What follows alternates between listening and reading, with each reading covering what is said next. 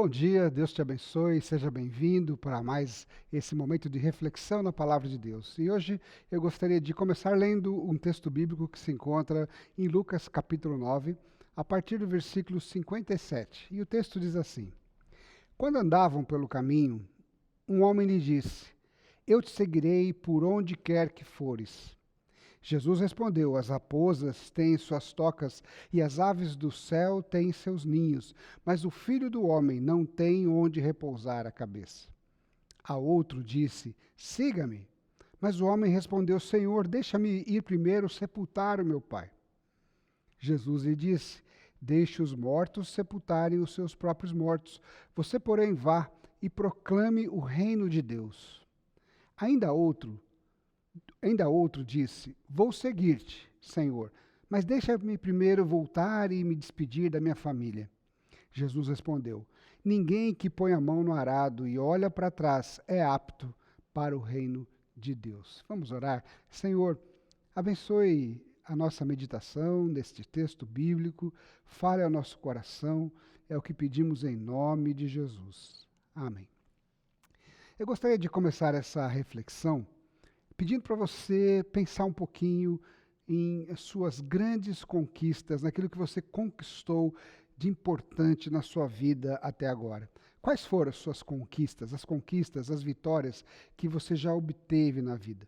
Talvez tenha sido a conclusão de uma faculdade, com muito esforço, ou a vitória sobre uma enfermidade, a compra de uma casa, da casa própria, a criação dos seus filhos, ver seus filhos crescendo e estudando e concluindo uma faculdade, ou qualquer outra coisa que é realmente importante para você. Pensou? A pergunta que eu te faço agora é: foi fácil ou teve muito sacrifício, muito trabalho, luta, comprometimento? Certamente foram muitas horas de estudo para concluir o curso, foram muitas visitas ao médico e tratamentos dolorosos até conseguir a cura. Quantas horas extras de trabalho para poder pagar a faculdade dos filhos e mesmo para poder pagar a prestação de casa ou aluguel. O que eu quero dizer com isso é que na vida não existe conquistas sem sacrifícios. Não existe vitória sem esforço. Assim é também na nossa vida espiritual. O crescimento espiritual ele é marcado por lutas e sacrifícios. E o texto que nós lemos no início dessa meditação deixa isso bem claro. O capítulo 9 é um divisor de águas no Evangelho de Lucas. A partir desse capítulo, Lucas passa a descrever a jornada de Jesus rumo a Jerusalém. Uma jornada longa, na qual o destino final é a cruz. Jesus não havia deixado a sua glória na eternidade, nos céus, para vir ao mundo fazer turismo. Não, ele não estava entediado lá no céu, sem ter o que fazer, então ele resolveu dar uma passadinha por aqui, para ver como as coisas estavam indo. Nem tampouco ele veio ao mundo para desfrutar de uma boa gastronomia na companhia de um grupo de amigos e andar por aí curtindo a vida. Não, não. Jesus veio ao mundo com uma missão: buscar e salvar o perdido, como ele mesmo afirmou. Ele disse: Pois o Filho do Homem veio buscar e salvar o que está perdido. Ele precisou fazer isso, pois, segundo o apóstolo Paulo, não há um justo, nenhum sequer. Não há ninguém que entenda, ninguém que busque a Deus. Todos desviaram, tornaram-se juntamente inúteis. Não há ninguém que faça o bem, não há nenhum sequer. Nós não precisamos fazer muito esforço para percebermos essa realidade ao nosso redor, não é verdade? À nossa volta, ao nosso redor, as marcas do pecado estão bem presentes em todos os lugares. É por isso que Jesus veio buscar e salvar o pecador. Mas o caminho da salvação, ele é repleto de sacrifícios. Antes da glória, Jesus precisa passar pela cruz. No texto de hoje, encontramos Jesus nesse caminho, na direção da cruz, que antecede a sua glória. E esse caminho é um caminho árduo. Jesus deixa isso bem claro para algumas pessoas com quem ele cruza na jornada. Em meio à sua jornada a Jerusalém, Jesus se depara com muitas pessoas. Entre elas, um sujeito que prontamente se oferece para segui-lo, e outros dois, para os quais Jesus faz o convite para que o sigam e se tornem seus discípulos. Nos diálogos que se seguem nesse trecho que lemos entre Jesus e esses personagens, Jesus deixa claro que nesta jornada rumo à glória eterna, é preciso que todo seguidor de Jesus entenda o sacrifício que é necessário ser feito. Pois não existem conquistas sem sacrifício.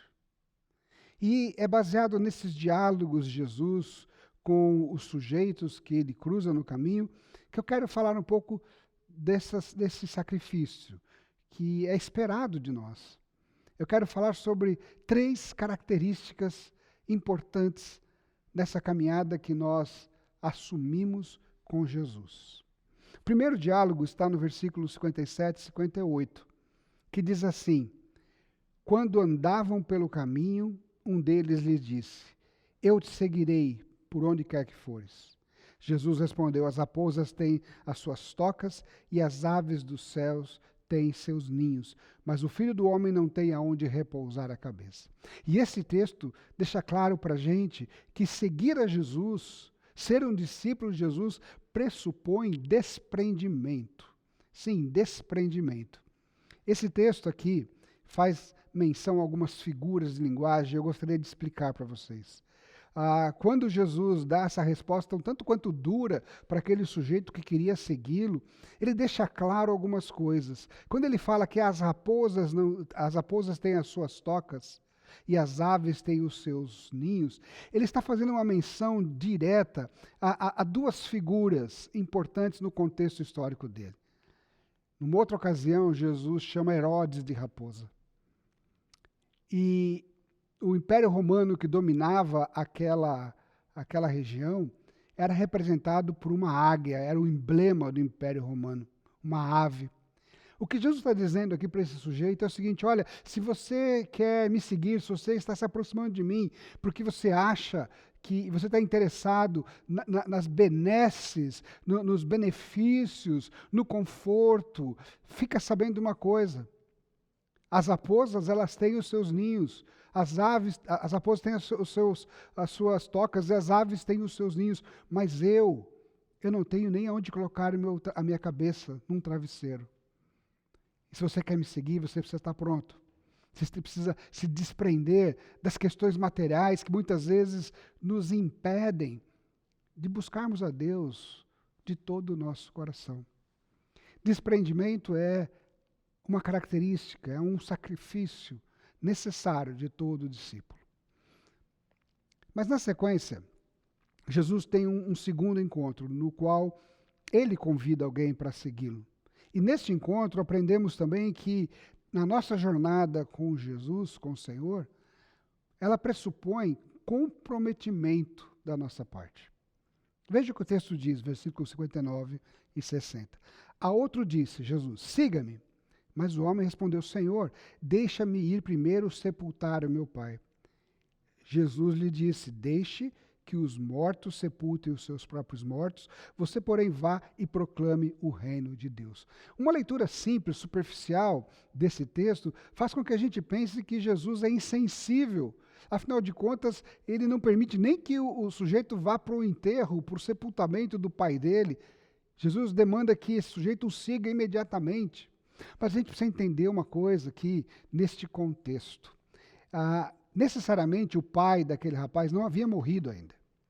Existe naquela cultura palestina, das famílias rurais, um pressuposto de que os filhos, principalmente os mais novos, deveriam permanecer na casa, no clã da família, até que o pai morresse, porque os filhos mais novos, eles eram responsáveis pelo cuidado dos pais, enquanto os mais velhos eram responsáveis para ajudar na administração da casa. Quando o sujeito fala, eu vou te seguir, mas deixa eu primeiro sepultar o meu pai, o que ele está dizendo é o seguinte: olha, eu quero te seguir, mas não agora, quem sabe mais para frente. E Jesus está dizendo para ele que não, é agora, não dá para deixar para depois, o caminho é agora, e você precisa se comprometer comigo. Esse é um chamado que nós também recebemos de Deus, de termos um comprometimento, de estarmos prontos para seguir Jesus, mesmo que existam convenções sociais, culturais, que apontem para outra direção. Quando Jesus nos chama para segui-lo, ele espera de nós comprometimento. E por fim, ao observarmos o terceiro encontro, nós aprendemos também que a jornada com Jesus pressupõe prontidão. No terceiro encontro, nós lemos o seguinte: ainda outro disse, Jesus o convida e o sujeito responde: vou te seguir, Senhor, mas deixa primeiro voltar e me despedir da minha família. Jesus respondeu: ninguém que põe a mão no arado e olha para trás é apto para o reino de Deus. Ou seja, é o mesmo contexto, ele quer primeiro ter um tempo com a família, ele quer deixar para depois, ele quer postergar, mas Jesus diz que é agora, precisa ser já. O reino de Deus não é um lugar para pessoas que hoje querem Deus e amanhã não querem mais. Hoje estão com Jesus e amanhã viram as costas para Jesus. Ou seja, desprendimento, comprometimento e prontidão são atitudes que nós temos e devemos ter quando queremos alcançar os nossos objetivos pessoais. E são essas mesmas atitudes que nós precisamos ter na nossa jornada de fé. São essas as atitudes que percebemos em Jesus, o nosso Senhor. Ele teve desprendimento para deixar a sua glória nos céus e vir ao mundo cumprir a sua missão de nos salvar. Ele comprometeu a sua vida a ponto de entregá-la na cruz por nós. E ao se cumprir o tempo em que ele deveria ir para Jerusalém, enfrentar a cruz, ele demonstrou uma prontidão necessária de quem sabe o que precisa ser feito. Como nós lemos no texto anterior, Lucas 9:51, que diz assim: aproximando-se o tempo em que seria elevado ao céu, Jesus partiu resolutamente em direção de Jerusalém. E em uma outra versão da Bíblia, nós encontramos a seguinte tradução do texto, que manifestou no semblante de Jesus a intrépida resolução de ir para Jerusalém. A glória da vitória da vida sobre a morte, a graça do perdão e a certeza da vida eterna foram conquistadas através do sacrifício de Jesus na cruz. Ele deu a sua vida para conquistar isso por nós. Para isso ele teve que ter desprendimento, ele teve que ter comprometimento e prontidão. E o nosso sacrifício na jornada de fé, ele nem se compara ao sacrifício de Jesus. O que ele espera de nós é apenas essa disposição de seguirmos com desprendimento, comprometimento e prontidão naquilo que nos cabe como discípulos. O caminho da glória eterna é um caminho que passa pela cruz. É o caminho da cruz, é o caminho do sacrifício, mas o sacrifício maior, esse já foi feito por Jesus. Na cruz, ele, o Deus encarnado, deu a vida por nós. Ele pagou o preço dos nossos pecados e nos resgatou do império das trevas e nos transportou para o reino da luz. Cabe a nós seguir os seus passos e nos colocarmos aos pés da cruz, arrependidos de nossos pecados e dispostos a seguirmos em frente em nossa jornada de fé. E essa jornada é uma jornada sem volta. Uma vez eu escutei a história de Júlio César, quando ele aportou nas praias da Britânia com as suas legiões romanas, e ele tomou um passo ousado e decisivo para assegurar o sucesso da aventura militar. Ele ordenou que os seus homens marchassem até a beira do penhasco de Dover, e que olhassem para baixo na direção do canal, onde estavam os barcos que havia levado os soldados. Para o espanto dos soldados, todos os navios em que eles haviam cruzado o canal estavam em chamas. César deliberadamente eliminou qualquer possibilidade de retirada. Agora os seus soldados estavam sem condições de retornar para o continente. Não havia nada a fazer a não ser avançar e conquistar. E foi exatamente isso o que eles fizeram. Queridos, quando Jesus veio ao mundo, não havia possibilidade dele voltar antes de passar pela cruz. E esse Jesus que passou pela cruz por amor por nós, ele nos convida para segui-lo. E o destino é a salvação e a vida eterna. O caminho é o discipulado, é a cruz. Para segui-lo, precisamos queimar os navios, ou seja, abandonar os velhos caminhos e deixar a vida louca para trás. Precisamos olhar para a cruz e seguir a Jesus com desprendimento, comprometimento e prontidão, sabendo que todo sacrifício neste mundo será recompensado por Deus na eternidade. Que Deus te abençoe na sua jornada de fé, no nome de Jesus, o nosso Senhor. Amém.